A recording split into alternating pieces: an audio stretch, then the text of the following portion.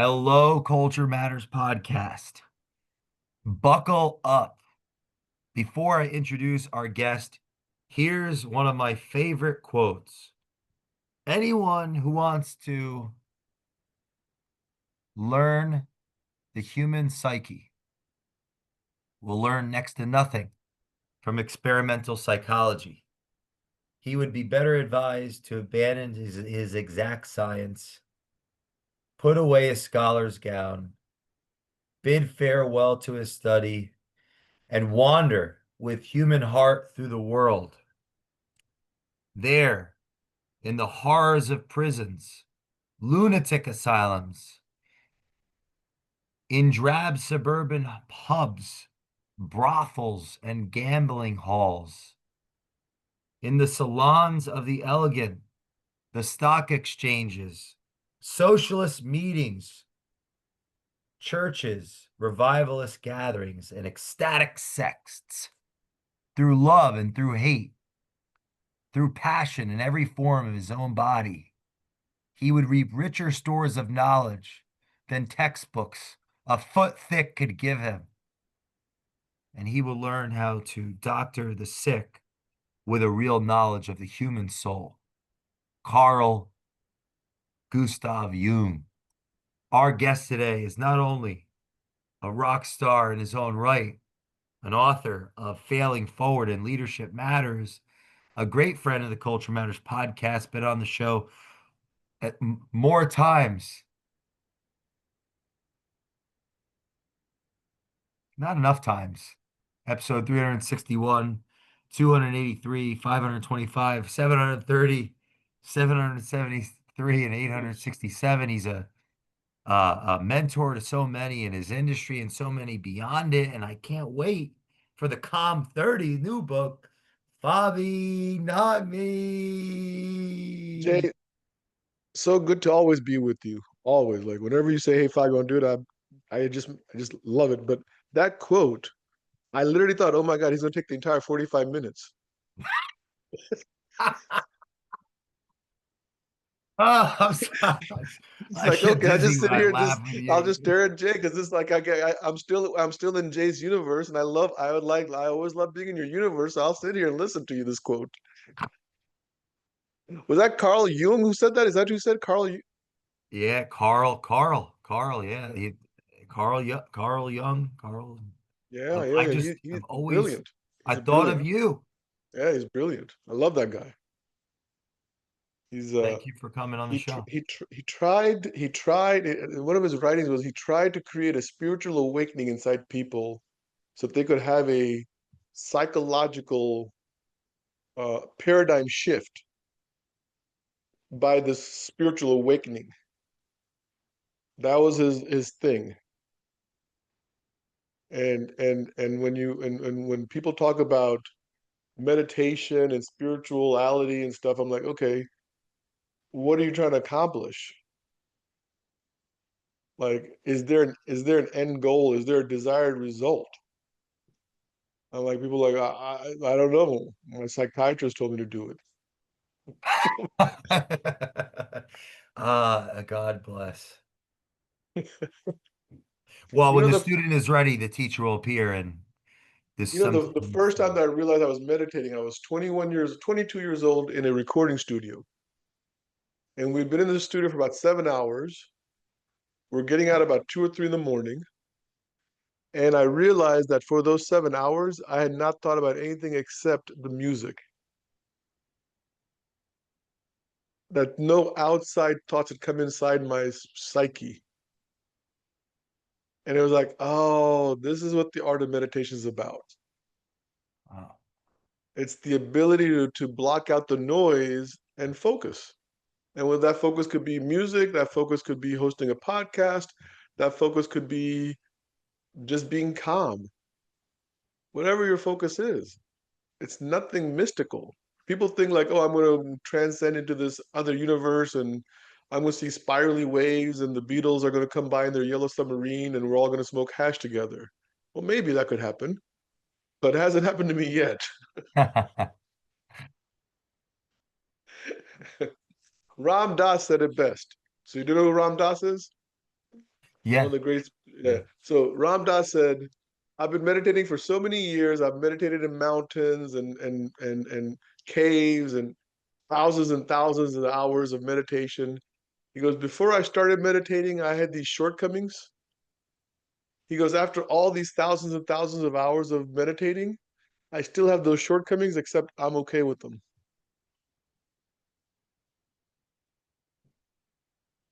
And that's all meditation is.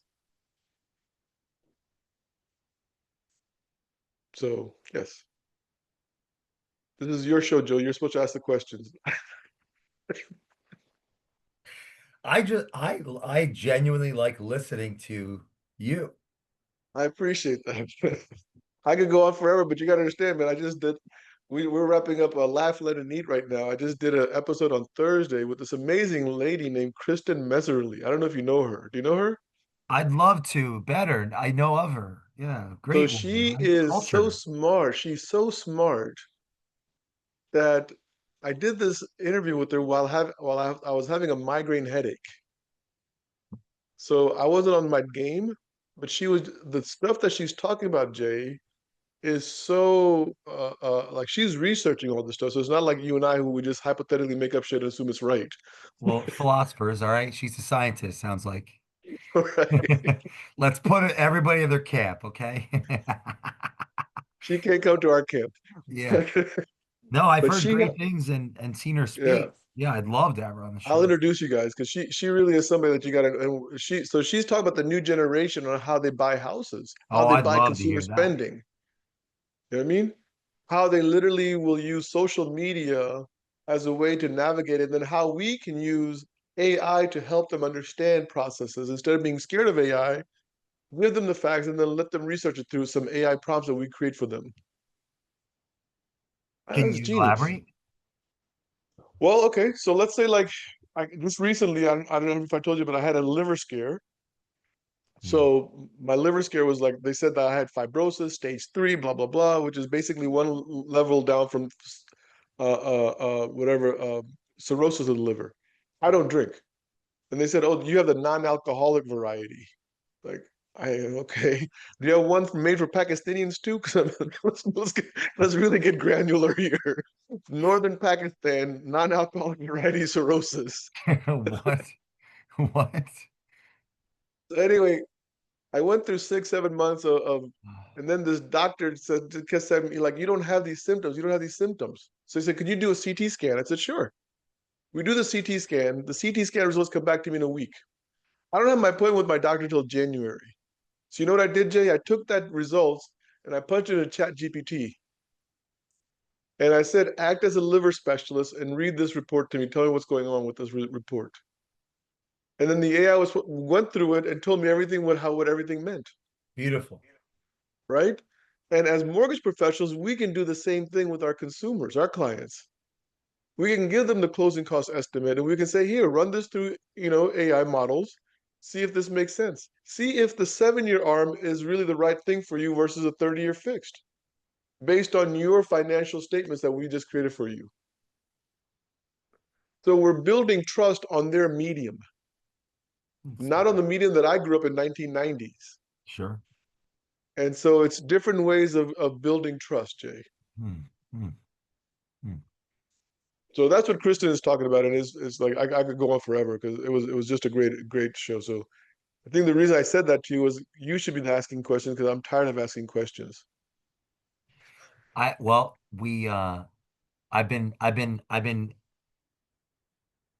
foreshadowing 30 Days of Calm, Oh no. where as Michael Lasso, a regular on the show, taught me, uh, the space between the notes is where Mozart said the music was. Well, funky Parliament Funkadelic, Bootsy Collins bass player, literally said do you know Parliament Funkadelic? That's before your time. I forget how old you are sometimes. What is this? Parliament They Funkadelic told me was I the was 34. Parliament Funkadelic was the funk band that everybody sampled, like Snoop Dogg, all these guys sampled their music, right? So Bootsy Collins was their bass player, and he says the funk is in between the beats. So when you start bop with Um, your head, that's the funk. I wonder, wait, the funk is in between the beats. Yes. Thing. I mean, we're all looking for that gap. Like even think about this, Jay. The beauty of meditation is it allows you to get in between the gaps of thought.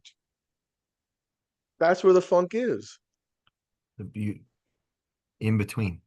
Yeah. Like if you were listening to that like that really, I mean, and I don't ever degrade music because it's still somebody appreciates it. But there's like this music, I guess it's called death metal or something like that, and it's like just constant notes. Like there's no gaps of like there's no gaps. Like it's just really fast, and they love it, and then you see these kids, and you're like, okay, well that's why they're probably having so much mental illnesses. They're not allowing themselves that gap. Like even in the heavy metal 70s, you know what I mean? And Sure. there was gaps. There was like Ooh. this, you know what I mean, where people could allow to Hmm. be breathing and bang their head even to, What you do know, you think that whatever. could relate to this? I think death Like, you metal know, came out before that. And I look, no, I no, don't okay, mean to I'll be degrade more death metal. specific. On Yeah. this platform, this phone, we have access to these media platforms that can, be in they call it doom scrolling. Yeah. Yeah, you Doom, have no gap. You have no gap. doom Yeah, yeah. scrolling. What could that Yeah. do? So you're saying or where this is leading me, that if the the space between the notes, the funk between the notes, and The the what gap the between I the thoughts, the gap between the thoughts. between the thoughts. So this is a do this in like this is an identity conversation. This is a culture conversation. Yeah, what's the relationship between Well, our think place in about the this. world How and many how many thoughts do you think you have in a day?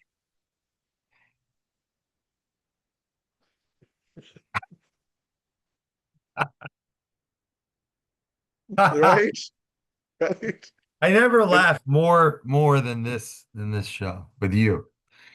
With so, you. how many thoughts do we have in a day, right? I don't even know, right? It's just, I mean, someone actually came up with a They number. say I can't, statistics. yeah, I have millions of thoughts, right? Is Let me it just, 10 thoughts 8,600 times, or is it 86,000 thoughts, or is it, I don't know. I don't know. yeah, it's a lot. Let's just say it's a lot. So if all you ever did, right? If all you ever did, Jay, was just follow your thoughts throughout the day. Imagine a busy street corner and you're literally following everybody around that just catches your attention. So, How far do you go? do you, we should work together for a whole day. You could like, I'll drive. So I'm driving to the Maxed Out Summit a couple weeks ago with Michael Dean Calhoun, regular on the show, client, Yes. founder of Yes. board of advisors, and I'm driving, and Dom is in the back, and within 10 minutes, Michael says, "Jay, you don't drive, do you?" Dom, do you mind driving? He's so smart. He figured I was like, you drive the way you think. So Right. I speed up when I have rapid thought, and I slow down based on the. Yeah. It's interesting. So Well, I mean, not a it's big difficult to driver. drive. So It's, I it's think we should difficult. go. It's difficult to drive. We should go in the field, and you can watch you can observe this. What did you Have you say? ever The sat on a park intersection? bench and just have you ever sat on a park bench and just observed people? Yes. How long did you do it? Yeah, I find that I was doing it last night at the Real Producers Naples annual gala, invited Nice. by one of our regulars, Bill Ryman. Love you, buddy. Thank you. And I put my chair back at the end, and Billy B was talking to Buddy Willis. This guy's, you would have loved this guy.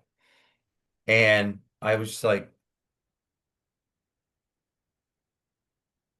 people watching for like, I don't know, 15 minutes, Yeah. which is probably 6 minutes or 30 seconds. So the answer is And but what did you observe I don't about feel what fit to answer the question. what did you observe about the human species?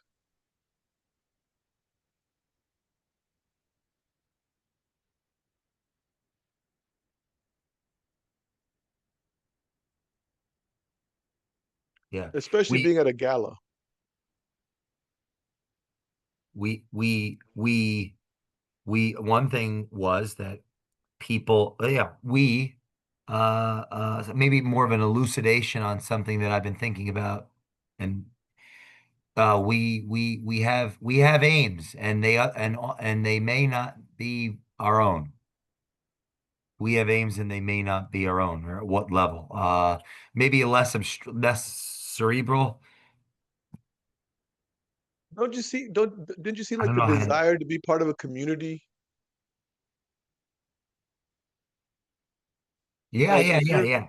Yes, I if you're won't overthink that. right, Yes. because like they're connecting. They're trying to connect, right? And it's like by connecting, we are able to like see who like like feel better about ourselves. Okay, are you making an argument that there's a relationship between the desire the to connect with others and the lack of integration of ourself? And meditation is one of the mediums, like the rituals that impacts how centered, integrated, connected we are to ourself. So Yeah, like that like frenetic, the when I go to a frenetic. party or a gala or whatever these events, right? I love sitting back because you can literally classify the species. Like I love calling us species, right? 'Cause that's who we are, right? Yeah, And yeah. like there's the guy that wants the attention. He's the one who's the loudest, who's telling all the jokes and Yes, yes. tells you about his vacation, whether you care or not. But he's going to tell you about his vacation trips, where they went, where they stayed. You know what Sure. I mean? All that, right? Then you have this other person who is quietly getting drunk, right?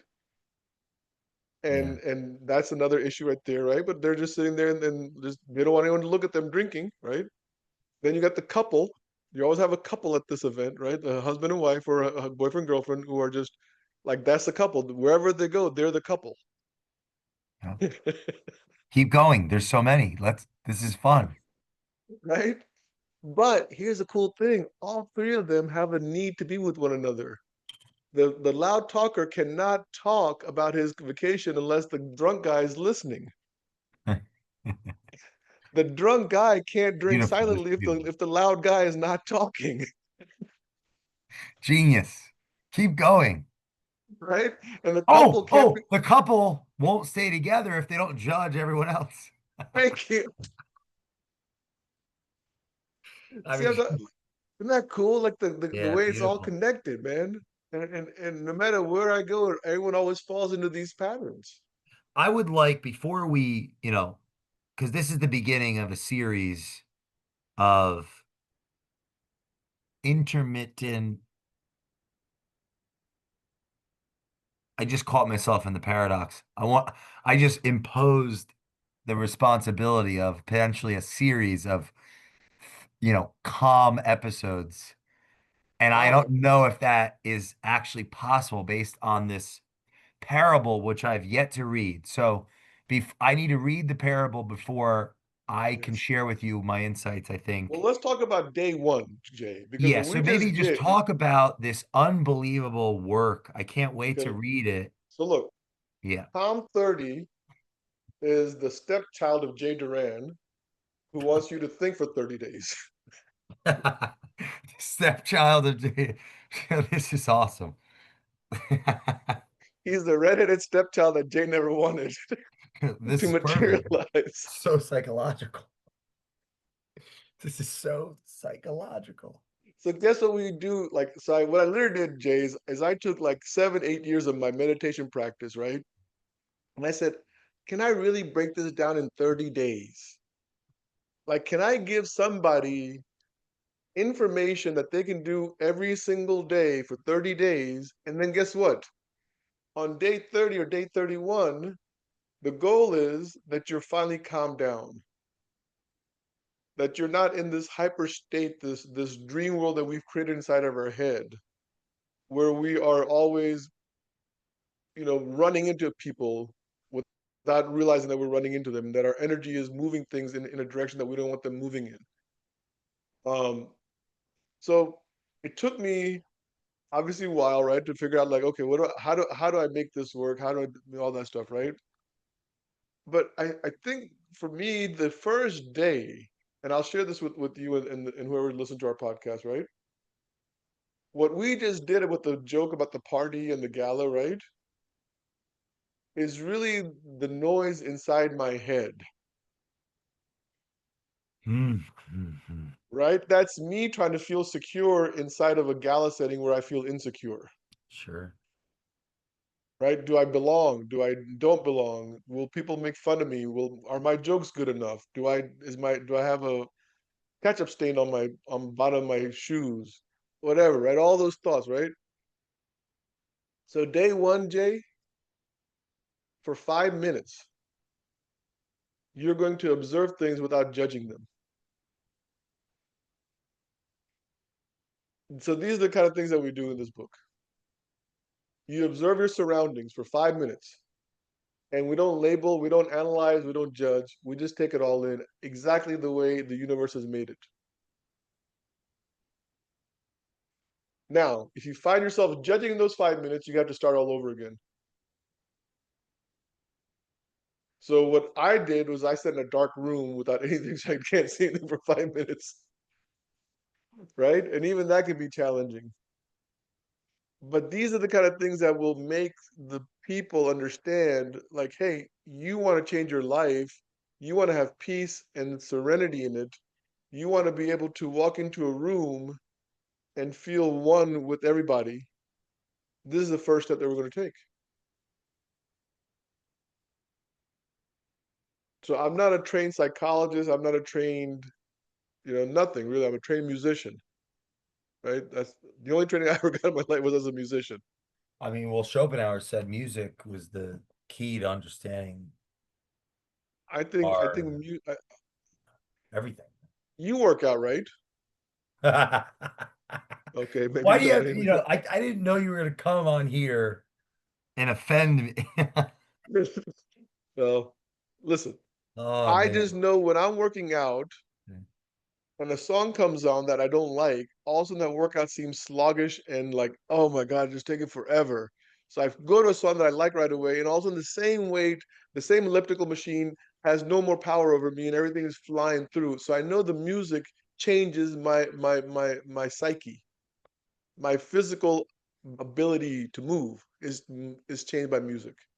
So yeah, maybe you're right. Because it's not, I don't know the answer yet, and I don't want to waste, we don't have the time to look it up in the book.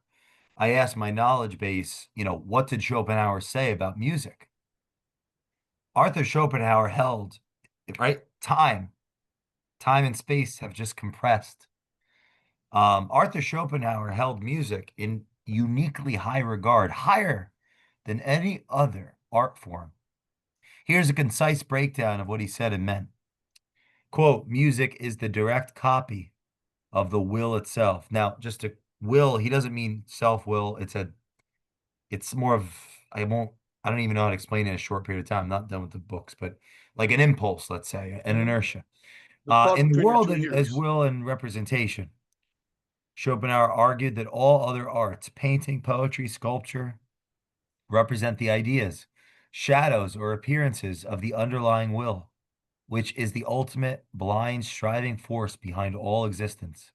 But music, he said, does not merely imitate these appearances. Instead, it expresses the will directly, the very essence of reality, without needing the medium of phenomena. Oh man, Yeah, that's musical. yeah, it is, Music man. is as immediate an objectification and copy of the whole will as the world itself. It is the universal language in which the will speaks. The effect of music is so powerful and so quick because it is the copy of the will itself. Anyway, Mm, man, no, I man. just wanted to share that with you. I've recently committed to really just getting better. And Arthur is one of my teachers, so I want to Yeah, share no, that. listen, music is I mean, I can't even, I don't even know how to, I mean, like, music is my life, man. I mean, there's no, I don't even, I have no idea, man. Like, people, I always get scared of people who don't listen to music. They scare me. I've met a few, I can probably count them on two hands, you know what I mean? That don't listen to music. And you're like, I mean, like the music is coming Well, through. I'd be curious how much they've suffered or what they Yeah, have had to overcome. yeah, like how, I'd be like you, curious. like, like, it's such a thin layer of life. Like It to took me, many years of reading and study and experiencing for me to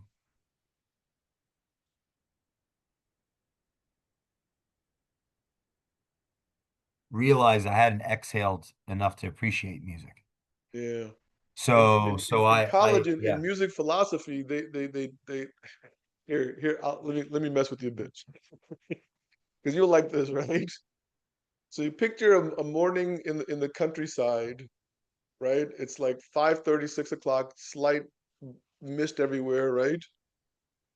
And you see this young man, about 13, 14 years old, he's picking apples off of his father's farm, and he's whistling a tune that's bright and chirpy. So why did he pick a bright and chirpy tune to be singing at 5:30 to go picking apples, right? Because music stimulated him to Uh, move faster, right? This is what I was even saying before. You know, when you look at the African American history and you hear the slave songs from picking cotton, and you hear that kind of a drone almost, you know what I mean? That's the way they felt, like they were being forced to do something that they didn't want to be doing. Music was expressing where they were at. The blues express where their struggles. I mean, so we're always like, if you're listening, what's going on? I mean, even there's a song that me and my niece were cracking up at last week was Jimmy Crack Corn. I don't know if you ever heard that song, right? It's an old, but yeah, it's a, I it's a don't it's a care. slave song about how his master's gone and there's this little fly comes in, bites the horse, and his master falls off and breaks his leg or whatever, right? But it's a slave song, and we've been singing it as kids, not knowing what we're actually using, but it's in our DNA now as acceptability. And that's the gift of music that we have. You know, in closing, I just would like you to make the strongest argument you can, and maybe you use a different word, but in, last few minutes of well, explain what 30 calm is and why you wrote it and how people can get it. So we don't know how they're going to get it just yet. I would say your local bookstore or Jay's house in Florida. Definitely Don't get, our house. Yeah. I don't want to. I don't want to give them the city because they may show up there and find you. We have a couple minutes. I wanted to give something to the world that would allow them to get somewhere quicker and not feel the burden of I have to be perfect in order to get there. And I believe Calm 30 allows people to get grounded and to find a way to live life at peace with themselves without having the stigma of all the other things that they've had to deal with. When I began meditating, one of my biggest things was that I literally thought, Jay, that I had to have an empty, clear mind of thoughts. And thank God I met this one coach that said to me, this meditation teacher, and he said that if you ever achieve complete blankness of mind, you will be dead. Mm. So don't try to achieve that. But I think this poem that I wrote actually expresses Calm 30 a lot better than anything else, Jay. So if I could, let's just close out on this. How's this? This was actually inspired by your email the other, or 2 weeks ago, 3 weeks ago. And I read the text that you were giving me, and next thing I know, I started like etching out this poem. and I started like crafting it Wow. out over, you know what I mean? So this is basically it. So literally, for right now, it's called Poem J, and I've been just like crafting it back and forth, back and changing words around, right? So I think this is the final version though. So it goes like this, Jay. The fruit is eaten and my wisdom grows, but my mind remembers what my heart chose to let go. Every fear, every scar, every name I forgive, each one the lesson I needed to learn in order to truly live. And that's what this book is about. It's about letting go and living. And you can't do that if you're holding all these things of years of frustrations and all this other stuff. You got to let it go, man. You got to forgive everybody. You got to forgive yourself.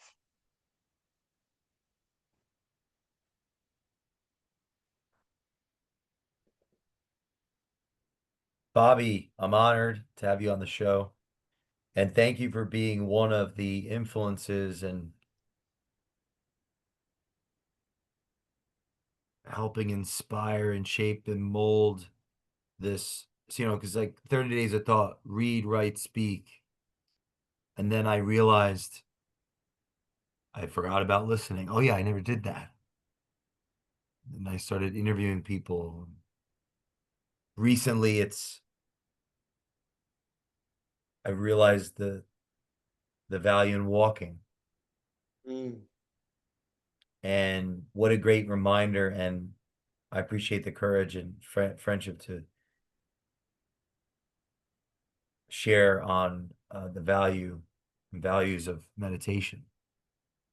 Yeah, So I wrote this down. So thank you for because it's been read to think, write to develop, and then it was speak to let go, and then listen to understand, speak to let go. It's editing process. Like what's my process? But yeah. here's an update, and then we can unpack Real it quick, Jake. together on the Real next. quick, Jake. You can't think your way into better living. You have to live your way into better thinking. Say that again. You cannot think your way into a better living. You have to live your way into a better thinking.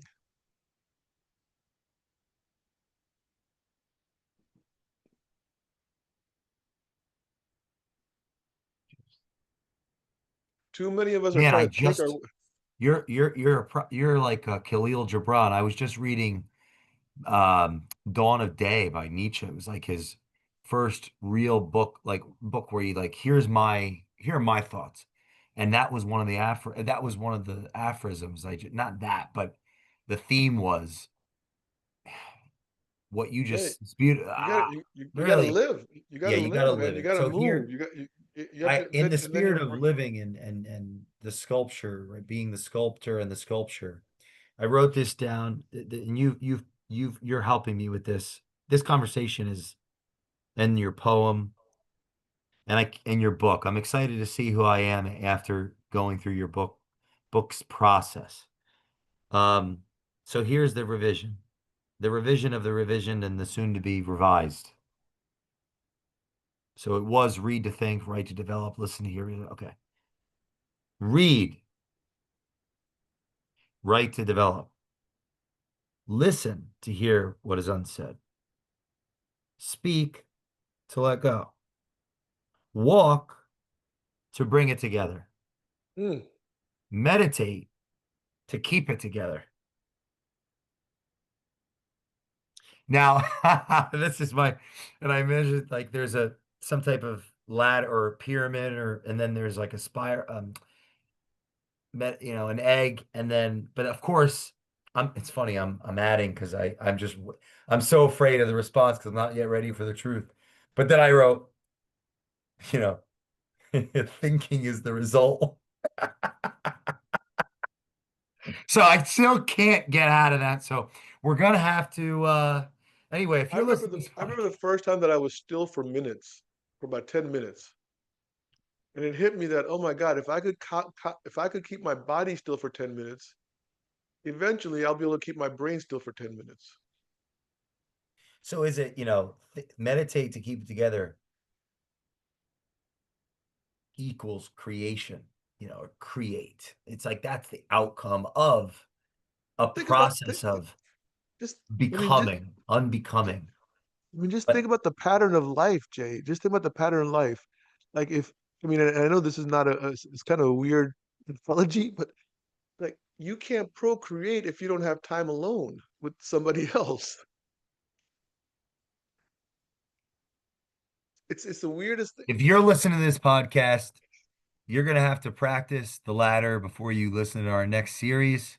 So please leave us a review on the Culture Matters podcast. Without reviews, we can't grow this platform, and we want to bring more amazing authors and thinkers and people like Bobby on the show and continue to have that opportunity. So please leave us a review on the Culture Matters podcast. Bobby, where can people follow you?